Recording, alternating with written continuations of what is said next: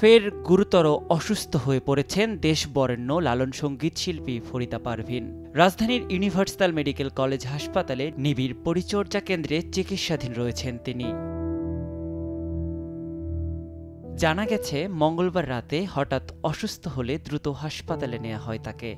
প্রয়োজনীয় সব পরীক্ষা নিরীক্ষা শেষে আইসিইউতে স্থানান্তর করেন চিকিৎসকরা। গুণী এই শিল্পীর চিকিৎসায় সর্বোচ্চ ব্যবস্থা নেওয়া হচ্ছে।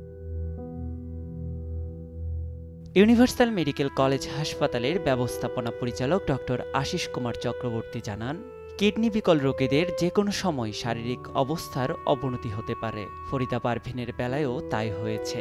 তার শরীরে সোডিয়ামের লেভেল কমে গেছে, পাশাপাশি রক্তক্ষরণের বিষয় রয়েছে।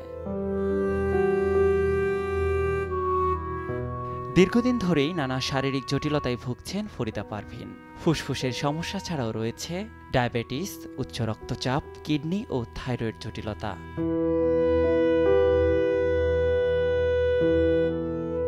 ফরিদা পারভীনের অসুস্থতার খবর ছড়িয়ে পড়তেই সঙ্গীতাঙ্গন ও ভক্তরা উদ্বিগ্ন হয়ে পড়েছেন। এর আগেও চলতি বছরের জুলাই মাসের শুরুতে একই হাসপাতালে ভর্তি হয়েছিলেন তিনি।